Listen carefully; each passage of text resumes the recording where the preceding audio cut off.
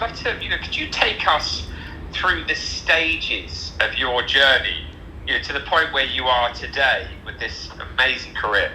Yeah, thank you for saying all of that. Very humbled. In terms of, I started off being an actor at the National Youth Theatre of Great Britain, which was a fantastic place to grow and to play and become, and then ended up at the Royal Shakespeare Company and the Royal National Theatre, and did some amazing plays, and had most of my career initially was Shakespeare, all Shakespeare, which was fascinating. And I loved the idea of Shakespeare being so malleable and so sort of the ability for it to sort of cut across not only timelines but countries and ways of being. So I'm one of the example of that is doing the Richard III and setting it in sort of a Nazi Germany sort of setting. And so after that, I moved on and went off to America and did more TV and film, and films like Hotel Rwanda, as well as some big Hollywood flashy films like Pirates of the Caribbean and King Kong versus Godzilla and that sort of stuff. And then a TV series like 24 and Black Sails and and Law and Order and your standard sort of TV sort of stuff as well.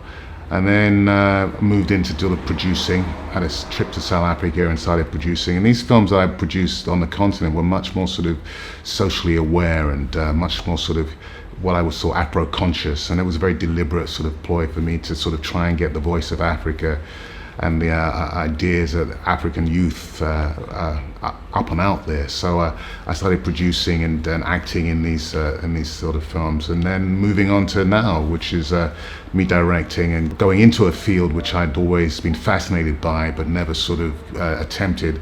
And again, doing a project which also has social conscious sort of relevance to it. It's my new film, my latest directorial debut film, is set in the United Kingdom.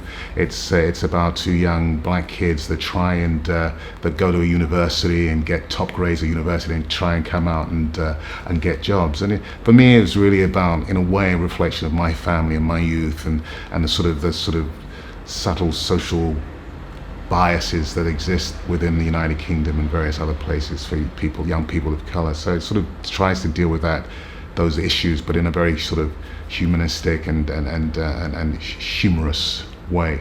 So and then other things that I love doing. I've just done a film which was set in DRC Congo, that deals with the women who were traumatized by the effects of war. So these women, they are taken off by the rebel soldiers. Sometimes they're raped. They're made to be wives.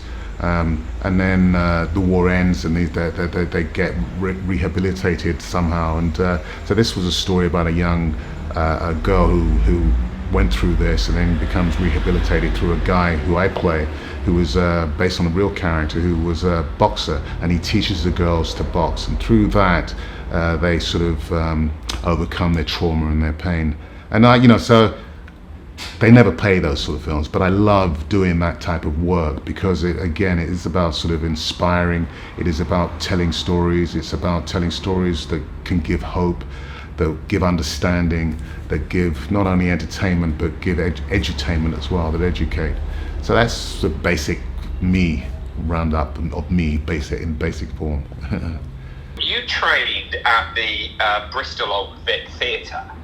Can you just tell me, how important was training as an actor as you embarked on your journey? I would say my training really started at the National Youth Theatre at the age of 15, 16, and that was an amazing place to go, just to sort of get your toes wet and understand what theatre was and that sort of thing. And then after that, I went to the Old Vic Theatre, and again, you just grow the idea, the training. It just allows you to play, to make mistakes, to look silly and embarrassing, as well as learning the techniques that are required to go on stage. So all my early training was very much theatre oriented, not TV and film, which is what I love to do now. And then again, a continuation of that training is is at the Royal Shakespeare Company and the National Theatre. So in a way, you never really stop training, but that was my initial training period, and it allowed me to do a lot more. It was training for theatre. It wasn't training for the television film. So going into television film with that as a basis it sort of helps, but you also have to learn new techniques and new ways of doing that adapt for camera. All right, so as somebody who's had an extensive career in the world of film and television, how important is constructive narrative that informs, inspires, and engages people, around the work that you do and the issue that your film is facing? I mean, is this one of your big drivers to sort of use the arts and you have the power to inform, inspire, engage? I mean, that's incredible to me. Yeah, and it's very, very important, and it's very important. Not every film that I do does that, but I do try and consciously reach out to films that try and do that. As I said, I just finished this film called Girl Soldier, which is set in the DRC. Another film that I did was about a Swedish ambassador called Dag Hammarskjöld, who was the Swedish ambassador to the United Nations. Oh, he was actually head of the United Nations in the 60s, and tried to do when the DRC Congo was splitting up, and was involved there with Patrice Lumumba and tried to make sure that the colonials weren't coming back in to recolonize Congo, and unfortunately he lost his life. But those films for me are fascinating, and we need to understand where we're going. We also need to understand where we've come from historically. So yes, films are there to entertain, but they're also there to educate and and to move and to allow people a different insight into the world that they live in and what they understand. For those who haven't seen, Hotel Rwanda, give us the basic premise of what happened and what it was like to be in something. God, it's so well, it happened. Heavy. Yeah, how was? Tell us about it, and how was it? Yeah, well, for me, it was a really interesting thing because I was in South Africa around 94, 95. That's when I first got here. And, what was happening here was a celebration of the beginning of a new democracy, the freedom, the end of apartheid. And so I was swept up in this euphoria of the new South Africa. People were coming in from all over the world here to rejoice, and people, the arms that were putting down. So both soldiers on both sides were coming together, and it was an exciting and fascinating time for me to be here, and for many people to be here, but the possibility of something new and amazing. So I say that as a preamble, because I wasn't aware that, even though I was next door to it, I wasn't aware of the genocide as much going on in Rwanda. So, to my shame, it was only until I started doing the movie that I really learned more and more about what happened and what went on, and I was completely surprised why wasn't there as much news about it in South Africa at that time. But obviously they were busy with their 94, and so when I got on set, I started to learn. Well, before getting on set, when I was offered the part, I started to learn and do the research and understand more and more. I was deeply moved, and then on set there were many many Rwandese extras there that had been through that, and so it was amazing. Again, talking to them and trying to understand how, in other words, brother can turn on brother. I mean, these people were neighbors; they were married to each other, and yet they turned on each other in the most horrific way. So it was deeply moving for me, and then to sort of really to play this character, to try and understand the motivation of a character like that was it was a really fascinating journey. And the film is about a guy that helped save people by allowing them to be put up in his hotel while the militia were coming to attack them. And and I've subsequently gone to Rwanda and gone to the Mukoyin, which was very, very moving for me to go to the actual place.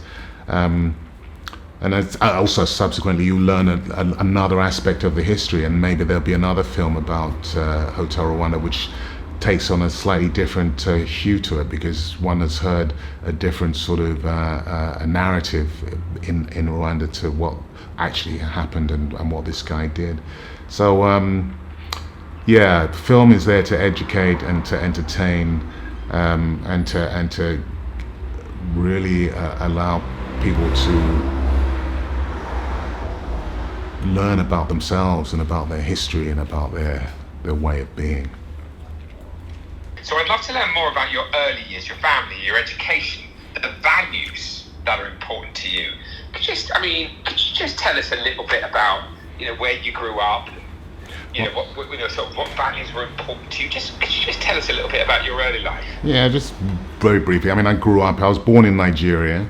I grew up mainly in London. We started off, I remember my parents starting off in the east end of London, and then moving out to the north end of London. And, back then, the people of colour, especially where we were, there weren't many people like our family in our area in Enfield.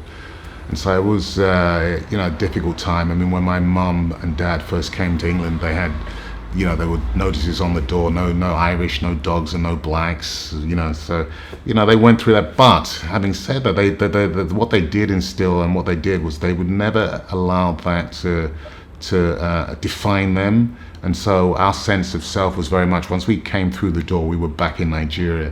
We were told education is very important. We were told that, to be proud of where we come from. We're Nigerian, and this is what we have to achieve. And you're going to be a doctor, a lawyer, or an accountant. And examples of the family doing that. Education was very, very important. And my mom, I remember her saying, if you work hard enough, you can be Prime Minister of England. Don't let anybody tell you any different. So that's the sort of family that I came from, and it's a very close family. I have two brothers. One's a businessman, and the other one's a doctorate at something or other. I can't remember. So a very tight family, and that's what I try and do with my family is make sure that we're close, and the sisters, I have all girls, and that they're close as family, and education for me is important, and giving them a sense of self, which is what my family gave me, is a great sense of self, and to be proud of who I am and what I am and where I am, and I think that's what I try and instill in my kids. What knowledge would you like to share with anyone who wants to be an actor, producer, director, singer, dancer? What would you like to share with them? Yeah, don't do it. No, I think the thing I would share with them is that, no matter how talented you are, the most important thing is to work as hard as you can at your skill and improve your craft, and really want to try and tell your story in your own way. Those are the sort of things that I would really share. It's just hard work and dedication to the craft. I want to tell the story that you want to tell in your way, and be brave. Be brave, and don't be afraid to fall flat on your face, because you can always get up and do it again. If you had to name one book that's inspired you on this incredible journey that you've had, what would it be? I think I'd go for Steve Biko's I Write What I Like.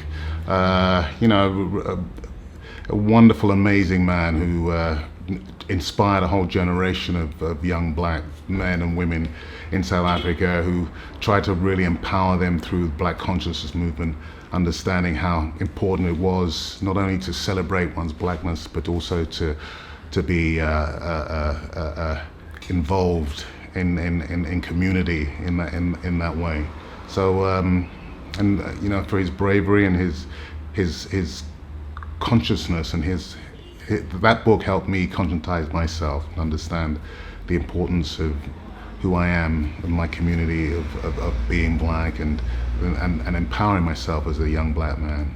And then they made the film called Cry Freedom, which was a wonderful sort of, again, one of those films that not only entertain but educate and refocus the mind, reconscientize the mind on somebody's journey, and the journey of not only him but of what he was struggling for. Moving on to film then, if you had to name one film that really inspired you on the journey you've had, what would it be? Probably, actually, what film I saw when I was really young was probably Sidney Poitier's, I think it's To Sir with Love. You know, my dad was a huge Sidney Poitier fan, and I was introduced to Sidney Poitier, and I think that was a film that inspired me on my journey to serve with love. Incredible. He was a teacher, wasn't he? He was a teacher. America, That's right. In a school in the United Kingdom, actually, he comes over to England, and he's a teacher in a school, and you know, he having to deal with that period, not only these troubled kids, but also being a black man in the United Kingdom in that situation. Wow.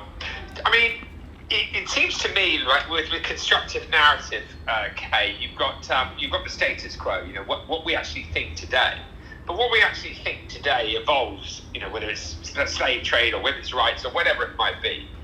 And so, you know, the status quo is made up because of what happens on the peripheral, and people shout and scream and talk and make films and are creative, and of course it bleeds its way into the center and becomes the new status quo, right? Which is obviously extremely exciting, you know, the idea when you're in the arts, right? Because it's everything that we're talking about. So I just wanted to ask you, you know, how important is the arts and constructive narrative in relation to humanity's survival?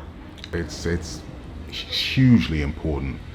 The arts, you know, what is it? They hold a mirror up to nature, and but the arts also enable us to educate ourselves. They enable a narrative to be changed. They enable us to empathize, and just constructively look at ourselves in a way that maybe we sometimes don't, and this forces us to hold this particular mirror up to us, and see ourselves for what we are, or see what we can become. And so the arts are very, very important in that sort of sense for me, which is why the stories that I like to tell, the stories are, you know, outside them being bubblegum and that sort of thing, the stories I like to tell are stories that not only entertain, but they educate and they move people, and they change a narrative and potentially change a way and a life. You know, that's how important they can be in terms of what we do as artists. Amazing, very exciting. Look, you've supported Peace One Day for a long time. We've used constructive narrative to raise further awareness of such days as the International Day for the Elimination of Racial Discrimination, which you and I have done together from the beginning, and thank you. And also, of course, we've done that for the International Day of Peace. Given that narrative is so important to what we both do, I mean, you know, as storytellers, it's what we do with our sort of joint work at Peace One Day. Is that one of the reasons why, you know, you sort of continue to support Peace One Day? Yeah. Is it because we're sort of using the arts to push ideas? Yes, I mean, definitely. I mean, what you do in Peace One Day, and your reach and your ability to use the arts to explain a narrative and to focus people's minds on different aspects of whatever narrative we're trying to say is very important. And I think that's, for me, is what has really made me embrace the idea of Peace One Day. Okay, you've supported Peace One Day for a long time. We've used constructive narrative to raise further awareness of such days as the International Day for the Elimination of Racial Discrimination, which from the moment I started that, you've been by my side. We've also done it for Peace Day for many years. Given that narrative is so important to what we both do, Kay, is that one of the reasons why you've continued to want to support? Yeah, most definitely. I mean, the work that you do at Peace One Day, and the reaching out with the narrative and the collaboration with artists and the arts, to tell that story, to expose that narrative, to educate, to inspire, to change the status quo, to reframe minds and hearts, is very much why I'm very honored to be part of what you're doing at Peace One Day, and you know, and long may it continue for me, you know, because I think that reach that you've managed to get will only continue growing, and the more platforms that you work out in terms of your artistic endeavors and artistic reach, it just will grow exponentially. Yeah, so I just wanted to say finally, how can individuals that are watching this support you and the work Oh, that's that very you're sweet. doing? Yeah, just keep watching my work and look out for it, and look out anytime they see my name on a poster or you know, on a film channel or something to watch and to hopefully enjoy. And as I said, the work that I do is varied and some of it very sort of socially conscious and aware. And I'd love people to sort of join in those and look out for them and watch them and give feedback, and how can we improve that narrative, how can we conscientize ourselves, how can we, for me it's very important to sort of tell the African story, but tell the African story from my perspective as an African. So how do we do that, how do we embrace ourselves and tell that story? Amazing, Kay. You're incredible. Thank you so much for So all you you, do for Peace Monday. real and pleasure. very good luck. Thank you, my friend, thank you very much. Fantastic.